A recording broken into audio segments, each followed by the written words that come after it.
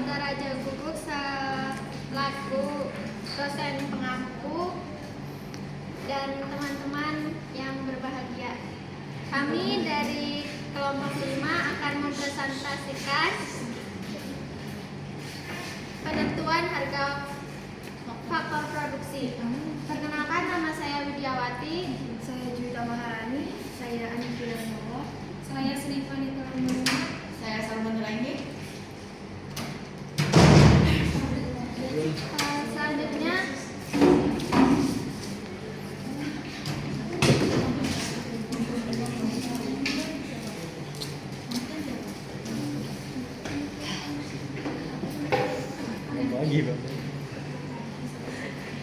pengertian dan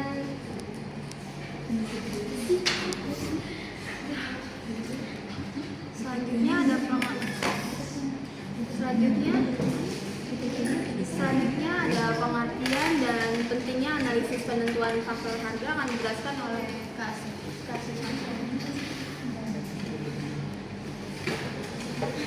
Faktor produksi adalah semua sumber daya yang digunakan untuk menghasilkan barang dan jasa.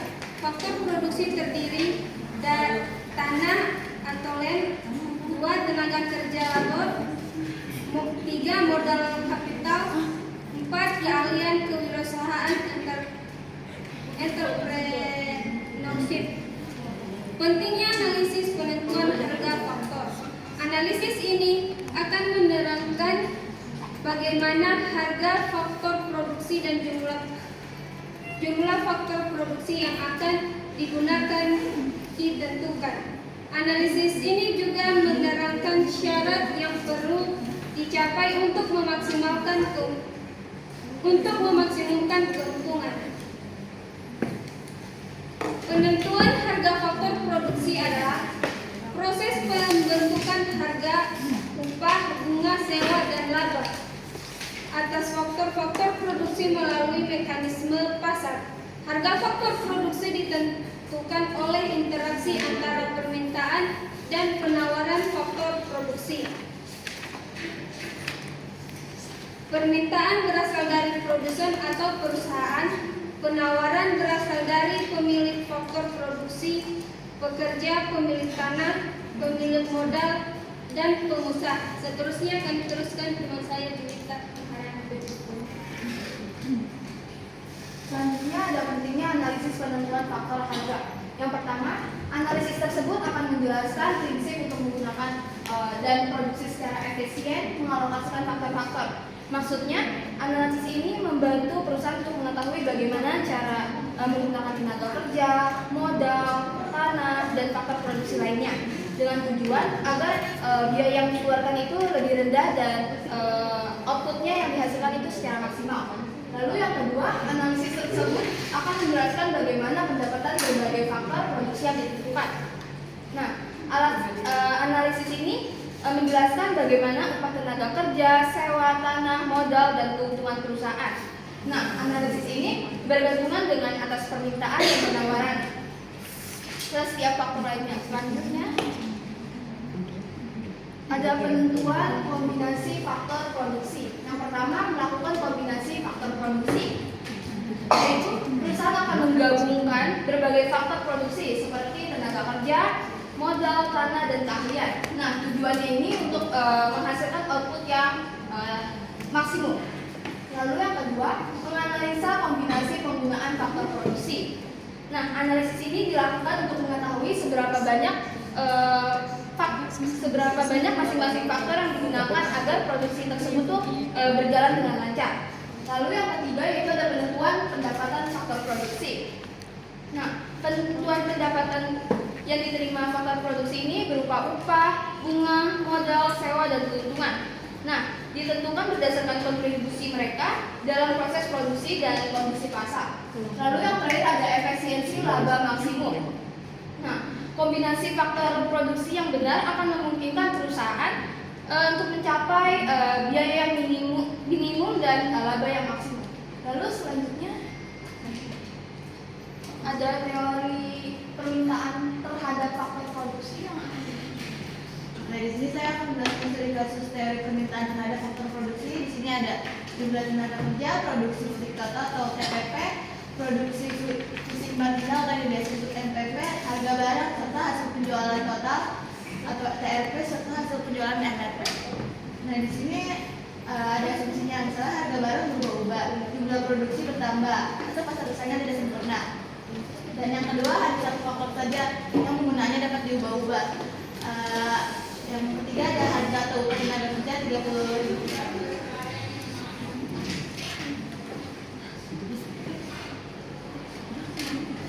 Ya, di sini akan dibacakan kurva penggunaannya oleh saya Widin.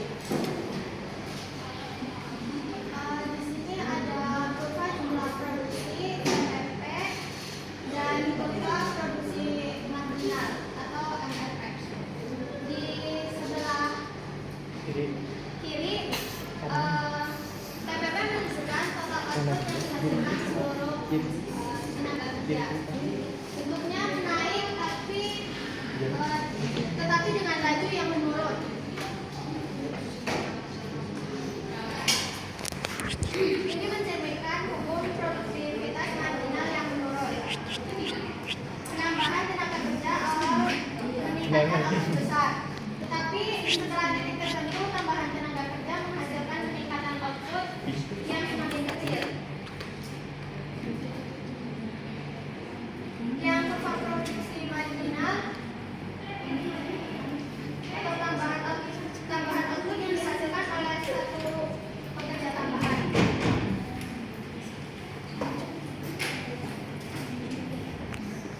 Karena TPP melandai, MPP turun. Pertama, pekerja 1 tambahan output besar, pekerja ke-6 tambahan output sangat kecil.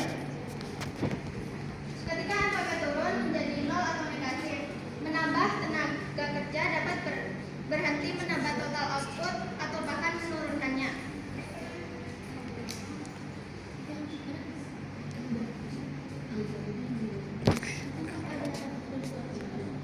Dan yang selanjutnya di sebelah kiri kurva penerimaan marginal.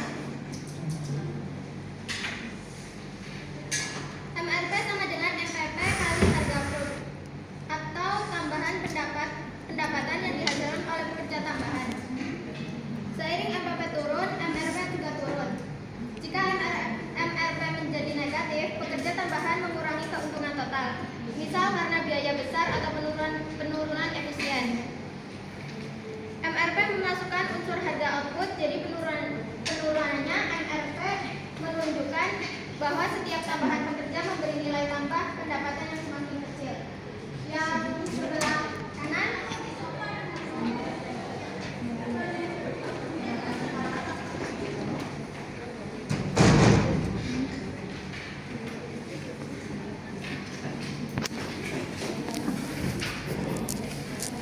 prinsip ekonomi untuk perusahaan, sewa tenaga kerja sampai MRP sama dengan harga faktor. Jika MRP kurang dari upah, menambah pekerja menguntungkan karena pendapatan tambahan melebihi biaya. Jika MRP melebihi upah, sama dengan mengurangi pekerja karena biaya lebih besar dari manfaat. Titik keseimbangan atau berpotongan, jumlah tenaga kerja yang memaksimalkan keuntungan. Selanjutnya, kelebihan dan kekurangan akan dijelaskan oleh Zahwa. Baik, di sini saya akan menjelaskan kelebihan dan kekurangannya. Kelebihannya yaitu menciptakan efisiensi ekonomi, mendorong alokasi sumber daya optimal, memberi sinyal bagi produsen, mendorong inovasi, mencerminkan nilai ekonomi yang nyata. Kekurangannya yaitu distribusi pendapatan menjadi tidak merata, ketidakadilan sosial, kegagalan pasar dapat terjadi, tidak memperhitungkan aspek moral dan kebutuhan minimum manusia, rentan perubahan dan ketidakpastian. Kesimpulannya, penentuan harga faktor produksi ditentukan oleh permintaan dan penawaran faktor produksi. Perusahaan meminta faktor produksi karena faktor tersebut mampu menghasilkan pendapatan nilai produk marginal. Harga faktor faktor tertentu ketika nilai produk marginal sama dengan harga faktor, sehingga terjadi keseimbangan dan penggunaan faktor produk menjadi efisien. Sekian presentasi dari kelompok kami. Jika ada pertanyaan boleh langsung ke opsi. Ada yang mau bertanya? Namanya siapa dari kelompok berapa?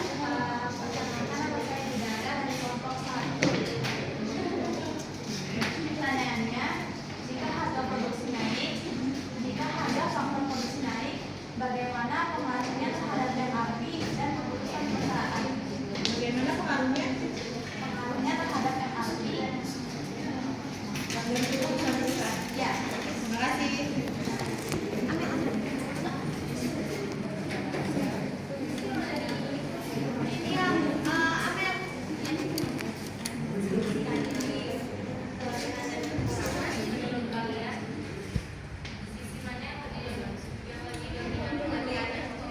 Sisi mana yang lebih dominan kelebihannya?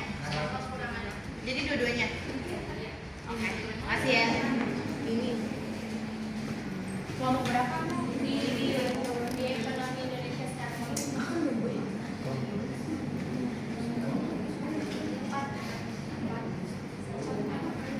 ada lagi yang mau bertanya? Sudah.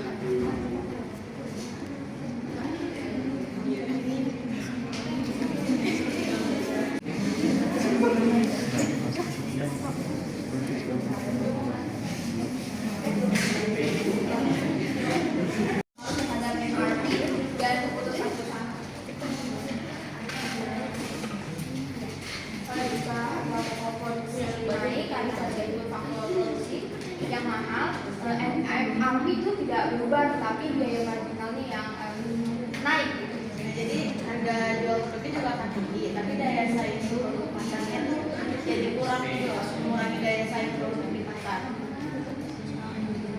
Ngerti gak? Terima kasih.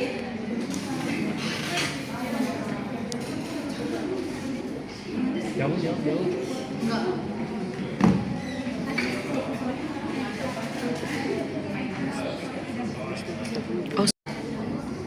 Secara umum, kekurangan sering dianggap lebih dominan jika dilihat dari dampaknya terhadap masyarakat luas.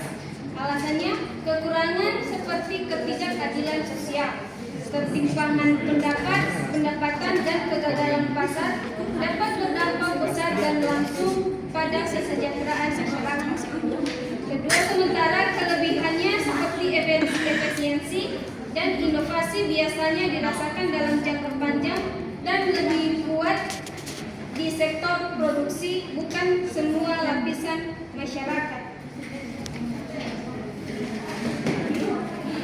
Jadi kesimpulannya, kekurangan lebih dominan dalam mempengaruhi kondisi sosial dan pemerataan. Jadi kekurangan lebih dominan daripada kelebihannya itu sendiri. Jawab. Oke lah.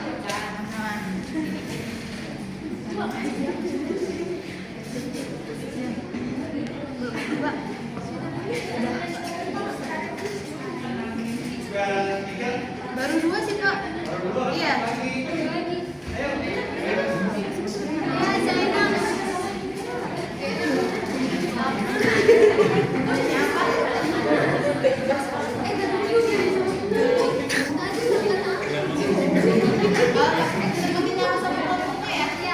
Perkenalkan, saya dari Observasi Laut dari kelompok 10. Pertanyaannya, bagaimana mekanisme pasar bisa menyebabkan ketidakadilan sosial dalam penentuan harga faktor produksi?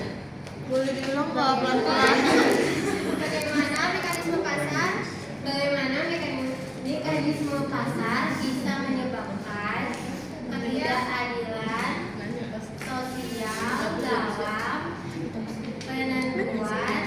sosial dalam penentuan harga faktor produksi? Jadi aku ulang boleh ya? Bagaimana mekanisme pasar bisa menyebabkan ketidakadilan sosial dalam penentuan harga faktor produksi? Oke, terima kasih ya.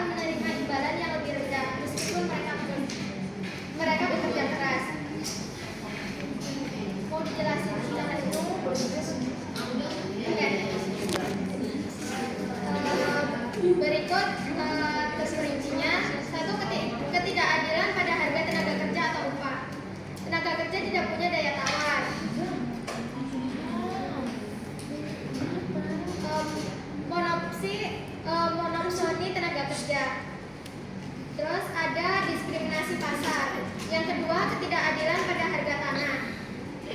Yang ketiga, ketidakadilan pada harga modal. Dan yang keempat, ketidakadilan dalam kepemilikan teknologi dan skill. Yang kelima, informasi pasar yang tidak sempurna. Dan yang keenam, warisan ekonomi atau intergenerational inequality. Dan kesimpulannya akan disampaikan oleh Kesimpulannya, mekanisme pasar bisa menyebabkan ketidakadilan sosial karena harga faktor produksi yang ditentukan oleh produktivitas dan kekuatan pasar, bukan karena kebutuhan manusia. Akibatnya, pekerja berpendapatan rendah dan pemilik modal berpendapatan tinggi dan terjadi kesenjangan sosial. Apakah nanti? Terima kasih.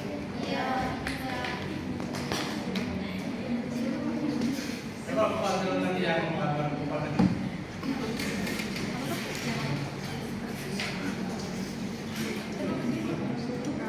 Ini kurva apa ini?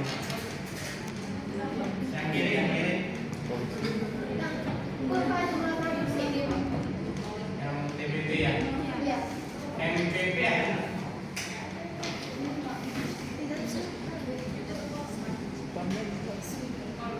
Itu MRP. MPP coba. Ada nggak? MPP. MPP. Coba tadi TBB tempat TBB. Yang sebelumnya MPP. Itu ada MPP kan? Oh iya. Ada sedikit nggak?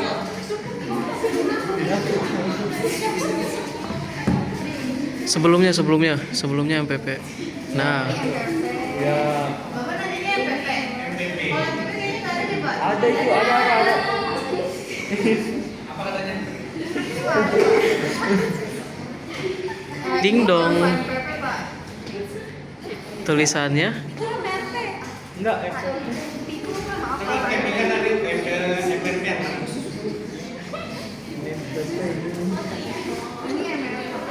Itu NPR. Ini apa ini? Salah, Pak. Salah itu, Pak. Oh ini MPP. Hah? Terus ini yang mana? Ini apa ini? Ini Hah? Ini MRP. MPP yang mana? Oh, begitu. Coba lihat tabel tadi. Tabelnya. bikinnya malam bukan? MRP 9 ketemunya 0 ya. Kalau MPP sudah ketemunya 0. Tadi yang negatif yang mana ini? Coba tadi. Ini tuh aku ngambil dari kasus. Ini MRP.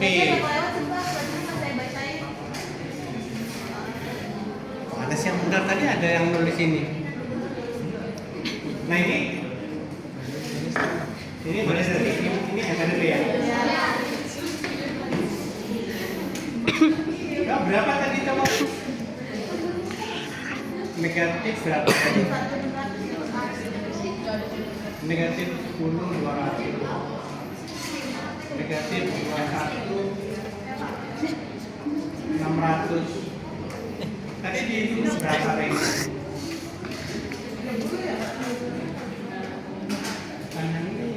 Ah, oh 500 ya. 500.000. Oh tertinggi berapa? Tertinggi berapa tadi? 20. Oh, di ini ya. MP-nya.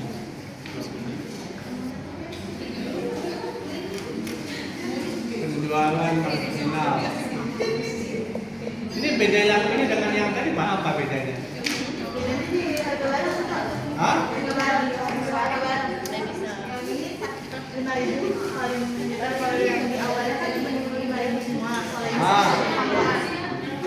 Harga berubah, harga tetap gitu. Dijelasin dong. Ini harga berubah. Nah, kalau yang sana tadi harga tetap. Ini harga tetap. Nah, terus yang kamu bikin kurva yang mana ini? Yang harga tetap apa harga berubah? Beda ya? Hah? Beda nggak sih? Soalnya dari harganya itu kan beda. Ya coba deh, Tri. Coba.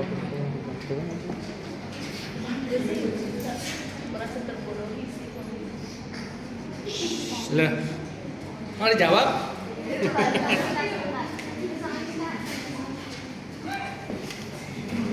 Dia nggak bilang. Dia kan nggak pernah kerjaan. Dia nggak pernah kerja. Ini dari tabel yang mana tadi? Tabel yang Tabel harga yang tetap harga tetap. atau harga berubah? Harga berubah itu saya dan berubah, Pak. Oh berarti dia katanya. Dan ini kalau ini.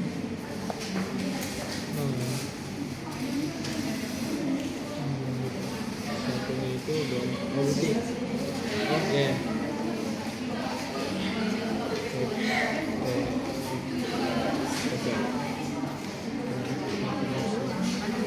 Ini yang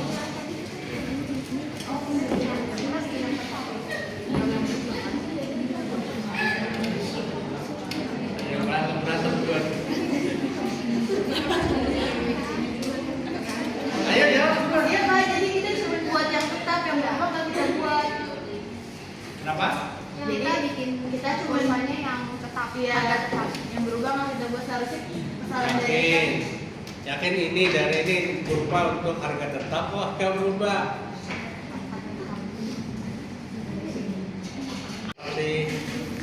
Harga tetap ya kurvanya nggak kayak gitu dong. Ini dari harga berubah ini. Itu naik turun coy. Coba deh tadi di tabel tadi. Di tabel tadi. Ah, ini kan harga berubah kan? Iya kan? iya. Harga berubahnya ada yang negatif kan, yang marginnya kan? Ya. Iya. Nah ini kan negatif ini. Berarti kan dari harga berubah, bukan dari harga tetap.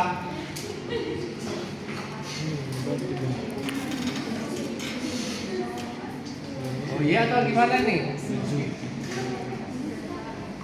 Oh, tahan dia harga tetap. Soalnya ini di sini. Kalau yang harga tetap, dia kan bisa sampai negatif, sampai nol kan tadi. Nah, nah ini kan sampai nol kan? Mana? sebelumnya tadi negatif. Kasusnya kan beda. Ini dengan harga tetap. Yang satu lagi ini dengan harga berubah. Nah, kurva yang kalian bikin itu dari harga yang berubah. Nah, supaya nanti ya di laporannya supaya nggak membingungkan, buat aja Tadi yang buat harga tetap. tetap. Nah, ini sama dikoreksi ya. Jadi kalau Iya, di situ di berubah ya ini. bandingkan apa sih bedanya kalau harga dia tetap dengan harganya berubah gitu. Gitu ya. Sampai titik nol. Sama kayak gini, PPP, MPP sama MRP. Baru yang tadi. Iya. Ya udah itu aja ditutup. Smart bro. Smart bunda. Mother father. Sekian presentasi dari kami.